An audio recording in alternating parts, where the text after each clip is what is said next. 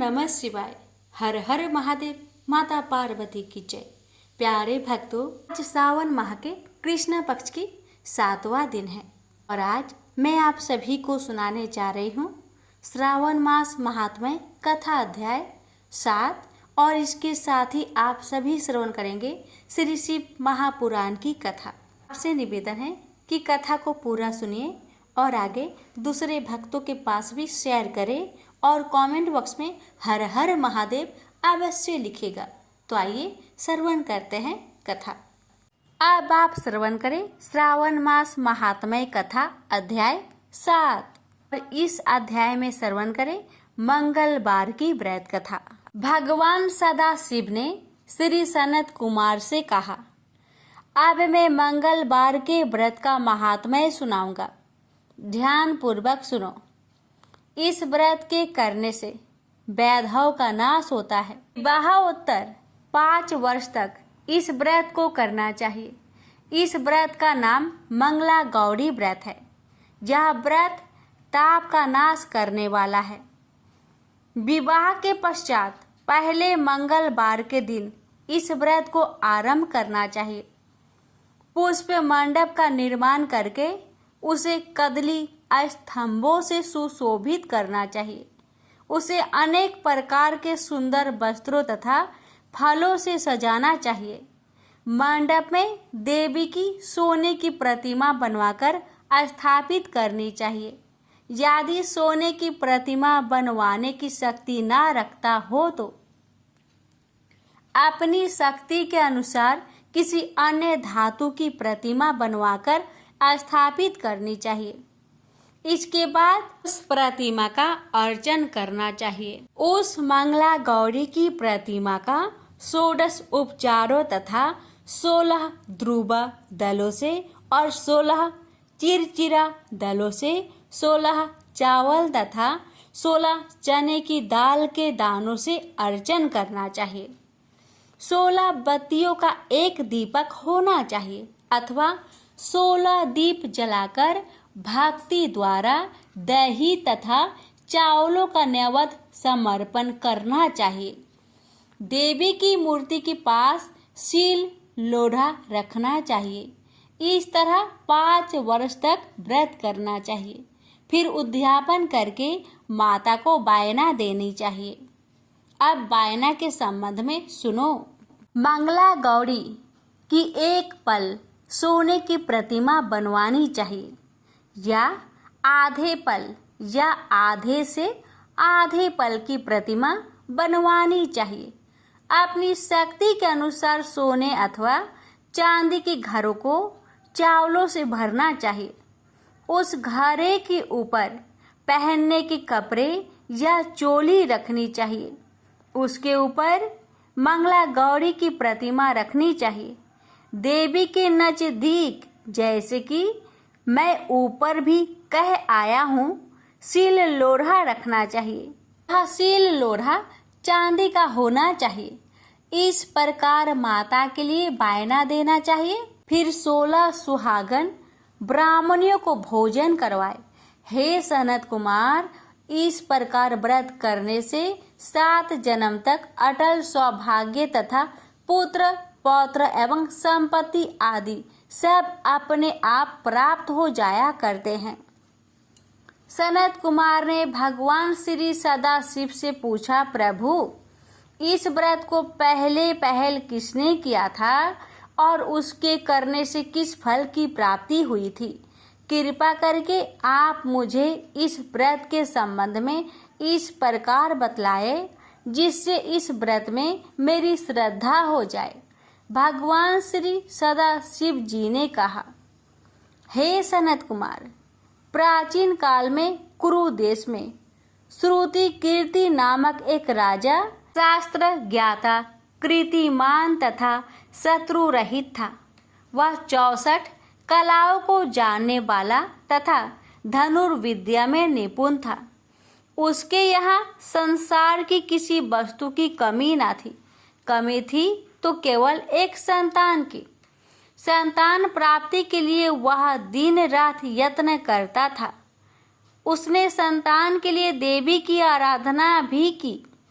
एक दिन देवी ने उसकी आराधना से प्रसन्न होकर उससे साक्षात दर्शन दिए और कहा, हे श्रुतकीर्ति, वर मांगो। राजा श्रुतकीर्ति ने कहा, माँ, यदि आप मुझ पर प्रसन्न है तो मुझे एक पुत्र दे। आपकी कृपा से मेरे यहाँ धन्य धान्य आदि किसी चीज की कमी नहीं, बस एक पुत्र का सुख छोड़कर मेरे यहाँ सब आनंद है। राजा के वचन सुनकर देवी मुस्कुराई। उसने कहा, राजन, तुमने एक दुर्लभ वस्तु की याचना की है, फिर भी तुमको पुत्र अवश्य दूंगी, लेकिन तुम मेरी बात को ध्यान देकर सुनो। तुम्हारे यहाँ जो पुत्र होगा वह अत्यंत गुणवान भी होगा, किंतु वह 16 वर्ष से अधिक नहीं जिएगा। हाँ, यदि एक सुंदर अथवा विद्याविहीन पुत्र होगा तो वह बहुत समय तक जीवित रहेगा। देवी की बात सुनकर राजा चिंताग्रस्त हो गया। उसने अपनी रानी से बात की और फिर उसकी बात से गुणी संपूर्ण लक्षण युक्त 16 वर्ष की आयु वाला पुत्र मांगा। देवी ने कहा, राजा, मेरे मंदिर के मुख्य द्वार पर आम का पेड़ है। मेरी आज्ञा है कि तुम उस पेड़ से एक आम तोड़कर अपनी रानी को खाने के लिए दो। उसको खाने से रानी को अश्वमेव गर्भ रहेगा। राजा ने प्रसन्न होकर देवी के मंदिर के मुख्य द्वार पर जो आम का पेड़ था वहां से एक आम तोड़कर अपनी पत्नी को खाने के लिए दिया। रानी ने देवी के आदेश अनुसार फल खाया और 10 मास के पश्चात उसके यहाँ देवपुत्र तुल्य पुत्र पैदा हुआ। हर्ष शोक से संपन्न राजा ने राजकुमार का जात कर्म आदि संस्कार करवाया और भगवान सदा शिव का ध्यान धरकर उसका नाम चिरायु रखा। लड़का अपने माता पिता की देख रेख में चांद की तरह बढ़ने लगा। दिन बीतते गए और उसका 16वां वर्ष आरंभ हो गया। राजा रानी दोनों को चिंता सताने लगी। राजा ने सोचा, मैंने यह पुत्र बड़े कष्ट से प्राप्त किया है, अपनी आंखों में से इसकी मृत्यु कैसे देख सकूंगा। यह विचार करके उसने राजकुमार को उसके मामा के साथ काशी भेज दिया। जाने के समय रानी ने अपने भाई से कहा, तुम कार्पटिक वेश धारण करके राजकुमार को काशी ले जाओ। मैंने इसके जन्म से पूर्व भगवान श्री सदाशिव से प्रार्थना की थी, हे प्रभु, पुत्र प्राप्ति पर मैं उसे जगतपति की यात्रा के लिए भेजूंगी। तुम इसको इस समय काशी ले जाओ कि देह प्राण की रक्षा करना। रानी का भाई अपनी बहन की बात सुनकर भांजे को साथ लेकर काशी चला गया। कई दिन की यात्रा के पश्चात वह आनंद नगर पहुंचा। वहां पर बीरसेन नामक राजा राज्य करता था, जो शास्त्र ज्ञाता, कृतिमान तथा शत्रु रहित था। उस राजा की कन्या मंगल गौरी अपने रूप लावण्य के कारण चहु और प्रसिद्ध थी। मानो वह राजकुमारी आकाश की चांद की तुलना में धरती का चांद थी। इस समय राजकुमार चिरायु तथा उसका मामा आनंद नगर में शहर से बाहर के शाही बगीचे में पहुंचे। उस समय राजकुमारी मंगल गौरी अपनी सखी सहेलियों के साथ खेल रही थी। राजकुमार चिरायु तथा उसका मामा खेलती हुई लड़कियों को देखने लगे। खेलती हुई लड़कियों में से एक ने क्रोध में भरकर राजकुमार को रंडा कहा। उस बालिका को क्रोधित और दुर्वचन कहते देखकर राजकुमारी ने उस बालिका से कहा, हे सखी, तुम दुर्वचन क्यों कहती हो? मेरे संग अयोग्य वाणी बोलने वाली कोई भी स्त्री नहीं है। देखो, मंगला गौरी के प्रसाद एवं मंगला गौरी व्रत के प्रभाव से मेरे हाथ से जिसके माथे पर चावल गिर जाए उसके साथ मेरा विवाह हो जाने पर यदि वह थोड़ी आयु वाला है तो भी चिरायु हो जाएगा। इसके बाद सब बालिकाएं अपने अपने घर को लौट गई। उस दिन राजकुमारी का विवाह वलिहक देश के ढिंढधर्मा राजा के पुत्र सुकेत नाम वाले राजकुमार से होने वाला था। लेकिन सुकेत मूर्ख, कुरूप तथा बहरा था। वर पक्ष वाले उसकी बजाय विवाह मंडप में अन्य अच्छा वर ले जाने की इच्छा प्रकट कर चुके थे। विवाह के पश्चात सुकेत के बजाय प्रस्तुत वर को भगा दिया जाएगा और सुकेतु बालिहक देश को अपनी पत्नी को लेकर लौट जाएगा। ऐसा विचार करके वर पक्ष के कुछ आदमी चिरायु के पास जाकर उसके मामा से कहने लगे, यह बालक तुम हमें दे दो, इसके द्वारा हमारा कार्य सिद्ध होने वाला है। इस भूमि पर परोपकार जैसा अन्य कोई धर्म नहीं है। उन लोगों की बात सुनकर चिरायु का मामा प्रसन्न हो गया, क्योंकि वह बगीचे में मंगल गौरी की बात सुन चुका था। उसने वर पक्ष वालों से कहा, आप लोग इस लड़के को क्यों चाहते हैं? विवाह के लिए वस्त्र, गहने आदि तो मांगे जा सकते हैं, लेकिन कोई वर थोड़े ही मांगा जाता है। फिर भी मैं आपकी बात रखता हुआ लड़का आपको दे रहा हूँ। और पक्षीजन राजकुमार चिरायु को विवाह मंडप में ले गए और विवाह कार्य सिद्ध हो गया।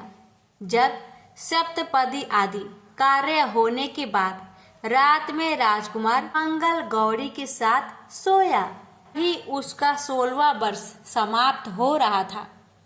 ठीक उसी समय काल साप के रूप में वहां आया।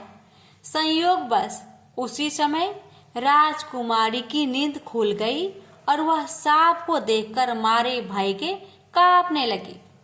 फिर उसने भय त्याग कर सांप की पूजा की, पीने के लिए उसे बहुत सा दूध दिया, प्रार्थना की, दीन बानी से उसकी स्तुति की। मंगल गौरी ने कहा, मैं उत्तम व्रत करूंगी, मेरे पतिदेव जीवित हो जाए और चिरंजीवी हो। देखते ही देखते सांप कमंडल में प्रवेश कर गया। अपनी कुछ की चोली से राजकुमारी ने कमंडल का मुख बांध दिया। उस समय राजकुमार अपने शरीर के अंगों को ऐंठते हुए जाकर उठकर बैठ गया। उसने राजकुमारी से कहा, मुझे बहुत भूख लगी है। राजकुमारी ने माता के समीप जाकर लड्डू आदि लाकर राजकुमार को खाने के लिए दिए। राजकुमार ने प्रसन्न होकर भोजन किया। हाथ धोते समय उसके हाथ से अंगूठी गिर गई। वह पान खाकर दोबारा सो गया। उसके सोने के बाद राजकुमारी कमंडल को बाहर फेंकने के लिए गई, लेकिन विधि के विधान से बाहर जाते समय चमकते हुए हार की चमक देखकर चकित रह गई। उसने उस घाट में स्थित हार को अपने गले में पहन लिया। थोड़ी रात बाकी रहने पर चिरायु का मामा आकर उसे ले गया। चिरायु के जाने के बाद वर पक्षी जन सुकेतु को वहां ले आए।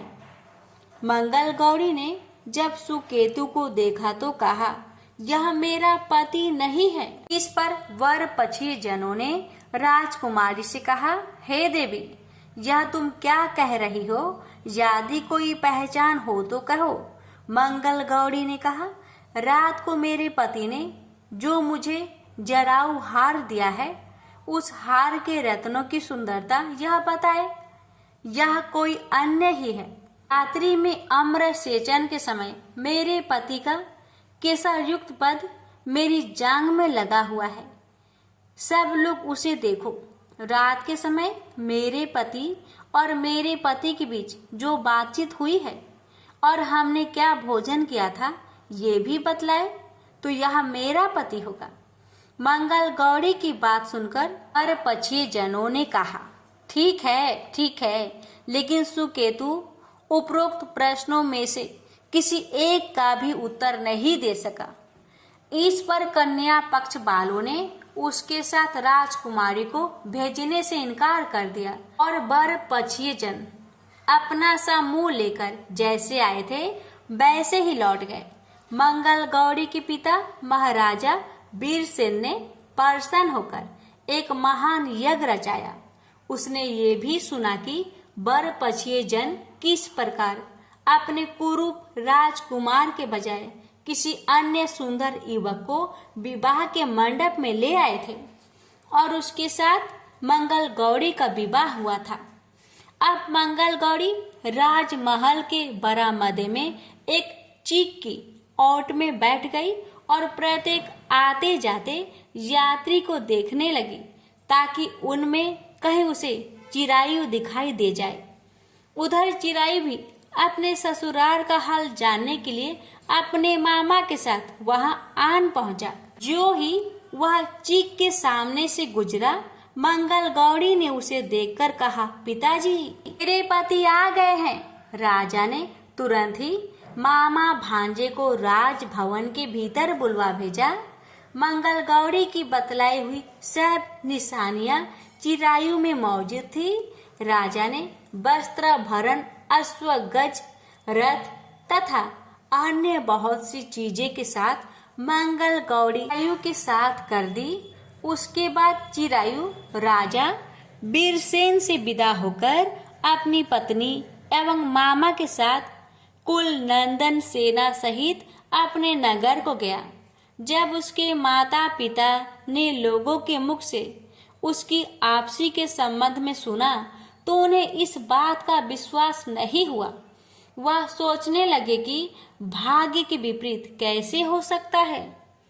वह अभी यह सोच ही रहे थे कि राजकुमार चिरायु ने माता और पिता के चरणों में प्रणाम किया। माता ने उसका सिर सूंघा और उसके आनंद का कोई पारावर न रहा।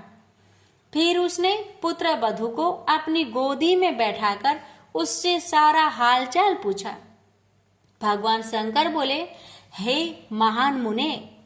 मंगल गौरी ने उसको व्रत महात्म्य तथा पिछला समस्त घटनाक्रम बतलाया।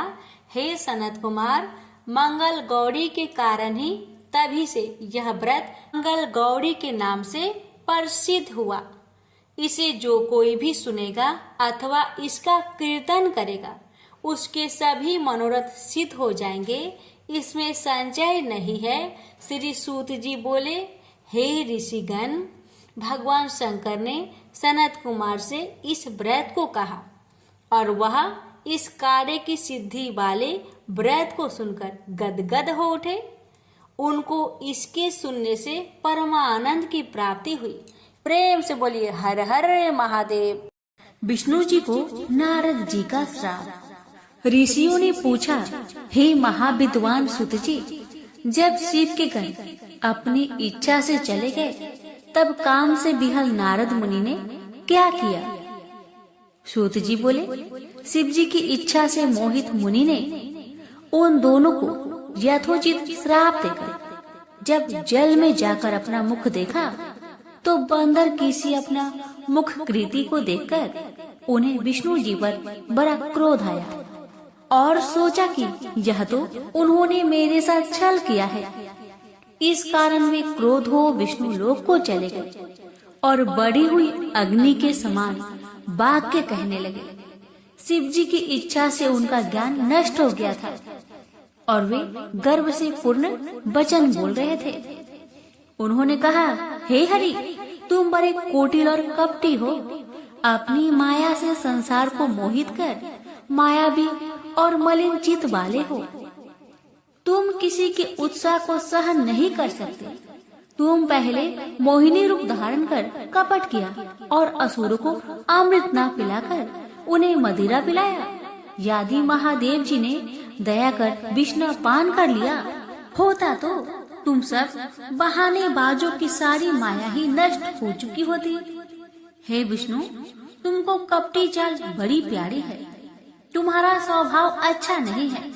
इसी से तो परमात्मा शिव जी ने ब्राह्मण को सबसे ऊपर कहा है। आजकल वे महादेव जी तुम्हारी चालबाजी पर पछताते हैं। इसलिए हे हरि, यह जानकर आज मैं उन्हें शिव जी के बल पर शिक्षा देता हूँ, जिससे तुम फिर कहीं पर ऐसा कर्म ना करो, क्योंकि तुम बड़े निष्कर्ष हो। कारण कि कभी बेक बालों से तुम्हारा पाला नहीं पड़ा है। हे विष्णु, अब तुम अपने इस किए हुए कर्म का फल पाओगे। हे विष्णु, तुमने स्त्री के लिए मुझको व्याकुल और मोहित किया है, और जिस स्वरूप से मेरे साथ व्यवहार किया है, हे हरि, तुम भी उसी रूप से मनुष्य होकर दुख भोगोगे। और जैसा मेरा मुख किया है, इसी मुख वाले तुम्हारी सहायक होंगे। तुम भी स्त्री से अलग होने का दुख पाओगे, और संसार में अज्ञान से मोहित होकर तुम्हें भी नर लीला करनी पड़ेगी। इस प्रकार नारद जी ने भगवान को श्राप दिया। विष्णु जी ने शिव जी की माया की प्रशंसा की और उस श्राप को ग्रहण कर लिया। फिर महादेव जी ने विश्व मोहन अपनी उस माया को खींच लिया, जिससे नारद जी मोहित हुए थे। उसके हटते ही नारद जी फिर पहले की तरह बुद्धिमान हो गए और पश्चाताप करते हुए बारंबार अपनी निंदा तथा शिव जी की माया की प्रशंसा करने लगे।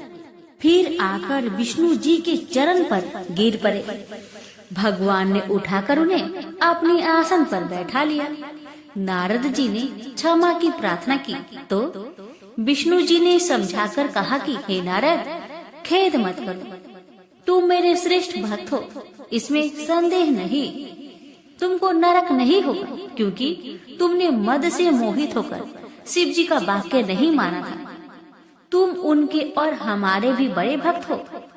इससे शिव जी तुम्हारा कल्याण ही करेंगे, और यह तो तुम्हारे गर्भ नाश के लिए ही उन्होंने ऐसी माया की थी।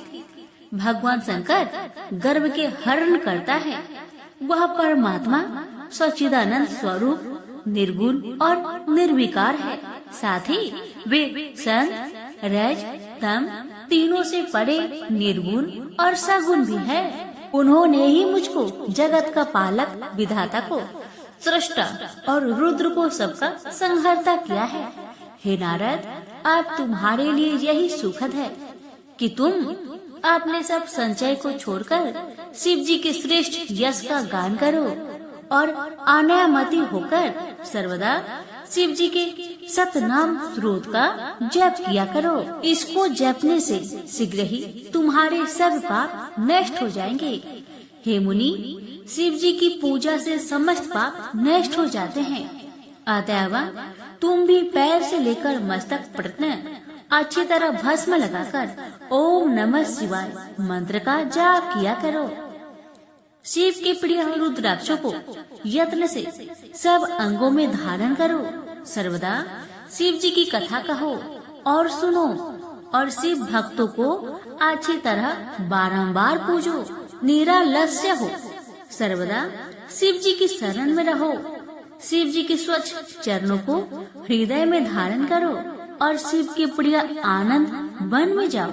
वहाँ विश्वेश्वर को देखकर भक्ति से उनका पूजन करो तथा उनकी विशेष स्तुति और प्रणाम कर बंधन रहित हो जाओ। हे मुनि, इसके पश्चात आप चाहे जहाँ गमन करना, मेरे शासन से ब्रह्मलोक में जाना और वहाँ पर अपने पिता ब्रह्मा की स्तुति और नमस्कार करना तथा उनसे भी शिव जी का महात्म्य पूछना। वहाँ वे तुम्हें शिव जी के 100 नामों का स्रोत सुनाएंगे। हे मुनि, आज से तुम शिव हो जाओ, शिव जी तुम्हारा कल्याण करेंगे। ऐसा कहकर शिव जी की स्तुति करते हुए उनका स्मरण और नमस्कार करवे वहीं लुप्त हो गए। प्रेम से बोलिए उमापति शंकर भगवान की जय। अब सुनिए नारद जी का परिभ्रमण। सूत जी बोले, हे ब्राह्मणों, विष्णु के अंतर ध्यान होने पर नारद जी भक्ति पूर्वक शिव लिंगों का दर्शन करते हुए पृथ्वी पर विचरने लगे। उन्होंने कितने ही शिव लिंगों पर प्रेम पूर्वक दर्शन किया। उसी समय वे रुद्र के गण, जिन्हें उन्होंने श्राप दिया था, उनके नारद जी के समीप में जाकर चरणों पर गिर उनसे क्षमा मांगी और कहा, हे मुनिवर, आपका अपराध करने वाले हम वास्तव में ब्राह्मण नहीं है, किंतु हम दोनों महादेव जी के गण हैं, जिन्हें राजा पुत्री के स्वयंवर में माया से मोहित चित होकर परेश की प्रेरणा से आपको हमने श्राप दिया था। उस समय हमने कुसमयी जानकर मौन रहना ही अच्छा समझा था, अन्यथा आप हमारा प्राण भी ले लेते। परंतु अब तो आप प्रसन्न होकर हम पर कृपा कीजिए। सूत जी कहते हैं कि जब उन गणों ने भक्ति और आदर से इस प्रकार प्रार्थना की तो उनके वचनों को सुनकर पश्चाताप करते हुए मुनि ने कहा, हे सत्पुरुषों, मैं मान्य महादेव जी के गणों, शिव जी की इच्छा से पहले निश्चय ही मेरी बुद्धि नष्ट हो गई थी, जिससे मोहबस मैंने तुमको श्राप दे दिया। परंतु जो कुछ कहा गया वह तो होना ही है। तो भी हे गणों सुनो, मेरे अपराध को क्षमा करो। अब मैं तुम्हारे सब उद्धार का उपाय कहता हूँ। तुम श्रेष्ठ मुनि के वीर्य से जन्म लेकर राक्षस होंगे, जहाँ तुम्हें सब प्रकार ऐश्वर्य, प्रताप और बल प्राप्त होगा। तुम संपूर्ण ब्रह्मांड के राजा और जितेंद्रिय शिव भक्त होगे और वही शिव के दूसरे शरीर से मरकर पुनः अपना पद प्राप्त करोगे। सूत जी कहते हैं कि नारद जी के इन वाक्य को सुनकर महादेव जी के गण प्रसन्नता से अपने स्थान को चले गए। नारद जी भी शिव लिंगों का दर्शन करते हुए दूसरी ओर पृथ्वी पर पर्यटन करने लगे। चलते चलते वे काशीपुरी में काशीनाथ जी के दर्शन करने गए, जो सबके ऊपर विराजमान शिव जी को प्रिय, शिव को सुख देने वाली और शिव स्वरूपनी नगरी है। उनके दर्शन कर वे कृतार्थ हो गए। वहाँ परम आनंद से उन्होंने काशीनाथ शिव जी का पूजन किया और उनकी महिमा वर्णन करते हुए प्रेम से वियल हो गए। पश्चात नारद जी ब्रह्मा लोक को गए। वहाँ जाकर उन्होंने अनेक प्रकार से अपने पिता ब्रह्मा से शिव तत्व को पूछा। प्रेम से बोलिए उमापति शंकर भगवान की जय। अब श्रवण करेंगे ब्रह्मा जी द्वारा प्रकृति के 25 तत्वों का वर्णन। ब्रह्मा जी बोले, हे ब्राह्मण, तुमने लोक कल्याणकारी यह बड़ा ही उत्तम प्रश्न किया है, जिसे भगवान विष्णु भी नहीं जानते। महाप्रलय के समय मैं सब अस्थावर जंगम के नष्ट होने पर, जब सूर्य ग्रह ताराओं से रहित होकर सब अंधकारमय हो गया था और चंद्र दिन रात अग्नि वायु पृथ्वी जल कुछ भी नहीं था, प्रधान आकाश और अन्य तेज भी शून्य हो गया था, तब सुई से भेदन करने युक्त निरंतर घोर अंधकार में वह एक सद ब्रह्मा ही था, जिसको सत कहते हैं। जब सत असत स्वरूप कुछ भी नहीं रह गया और जिसको योगी निरंतर हृदय काश में देखते हैं, जो मन वाणी से परे, इंद्रियों के विषय से रहित, नाम और वर्ण रहित, स्थूल तथा सूक्ष्म भी नहीं है, जिसमें ह्रस्व दीर्घ एवं लघु गुरु घटना बढ़ना भी कुछ नहीं होता। श्रुति भी जिसकी सत्ता को चकित होकर कहती है, वह सत्य, ज्ञान और अनंत स्वरूप तथा परमानंद परम पुरुष है, जो ज्ञानमय और शोभा युक्त है। जो अमूर्त पर तत्व है, वही सदाशिव की मूर्ति है। इसी को पंडित अर्वाचीन और प्राचीन ईश्वर की मूर्ति कहते हैं। उसने अपने शरीर को स्वच्छंद शरीर वाली, कभी नाश न होने वाली शक्ति प्रकट की। वही प्रधान प्रकृति, वही गुणवती माया और वही विकार से रहित बुद्धि तत्व जननी माता कहलाई। वही शक्ति अंबिका प्रकृति संपूर्ण लोकों को ईश्वरी, त्रिदेवों की माता, नित्य और मूल का कारण कही गई, जिसकी 8 भुजाएं हैं और जो विचित्र मुख वाली तथा शुभ्रा है।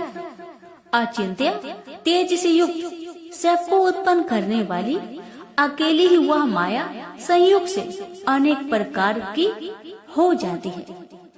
और शिव शंकर जिनका कोई ईश्वर नहीं है, वही पर पुरुष ईश्वर हो, जो सिर पर गंगा को धारण किए, ललाट पर चंद्रमा धारण किए और 3 नेत्र वाले हैं, जिनके 5 मुख और 10 भुजाएं हैं, जो त्रिशूलधारी पर संचित कपूर के समान गौर शरीर एवं भस्म लगाए और काल स्वरूप भगवान हैं। उन्होंने उस शक्ति को साथ लेकर शिवलोक नामक क्षेत्र की रचना की। उसी उत्तम क्षेत्र को काशी कहते हैं, जो परम मोक्ष देने वाली है, सर्वोपरि विराजमान है। उस क्षेत्र में परमानंद स्वरूप शिव पार्वती शक्ति सहित निवास करते हैं। हे मुने, प्रलय काल में भी वह क्षेत्र शिव पार्वती से रहित नहीं होता और इसी से उसको अभिमुक्त कहते हैं। धनुषधारी शिव जी ने पहले इसमें एक आनंद वन बनाया था। उस आनंद वन में शिवा शिव के रमन करते रहने पर हे नारद जी, उन्हें किसी दूसरे पुरुष के निर्माण की इच्छा हुई और उन्होंने सोचा कि हम इसका भार किसी दूसरे पर देकर शांति से काशी में केवल शयन करें।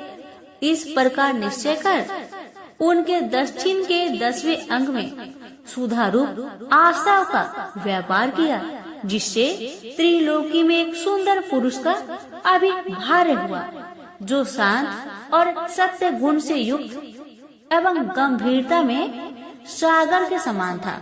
तब उस अजय पुरुष ने प्रकट होकर परमेश्वर शंभु को प्रणाम कर कहा, हे स्वामी, मेरा नाम कहकर मेरे कर्मों को भी तो कहिए। यह सुनकर प्रभु शिव जी हंसकर बोले कि सर्वत्र व्यापक होने से जगत में तुम्हारा नाम विष्णु प्रसिद्ध होगा तथा भक्तों को सुख देने वाले तुम्हारे और भी बहुत से नाम होंगे। तुम परम कार्य साधन की दृढ़ता से तप करो। ऐसा कहकर शंकर जी ने अपने श्वास मार्ग से वेदों को दिया। अच्युतीय विष्णु ने शिव जी को नमस्कार कर बड़ा तप किया और शिव जी अंतर ध्यान हो गए।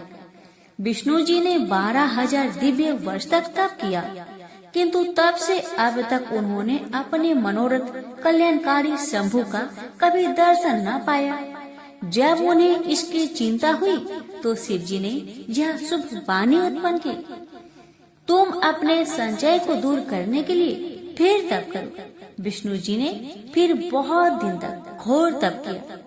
तब शिव जी की माया से विष्णु के शरीर से अनेक प्रकार की जल धाराएं निकली और वह सब जल शून्य में व्याप्त होकर फिर ब्रह्म रूप हो गया। इसके स्पर्श से पाप नाश होते हैं। फिर तो वे पुरुष विष्णु जी थक कर प्रसन्नता से बहुत काल तक मोहित हुए और स्वयं ही उस जल पर सो गए। इस समय उनका श्रुति सम्मत नारायण नाम भी हुआ और प्राकृतिक पुरुष के बिना उस समय कुछ भी नहीं था। उसी समय में उन महात्मा से सब तत्वों की उत्पत्ति हुई, फिर उनका विस्तार हुआ। पहले प्रकृति से महान और महान से 3 गुण उत्पन्न हुए, फिर उससे 3 गुण और भेद वाला अहंकार उत्पन्न हुआ।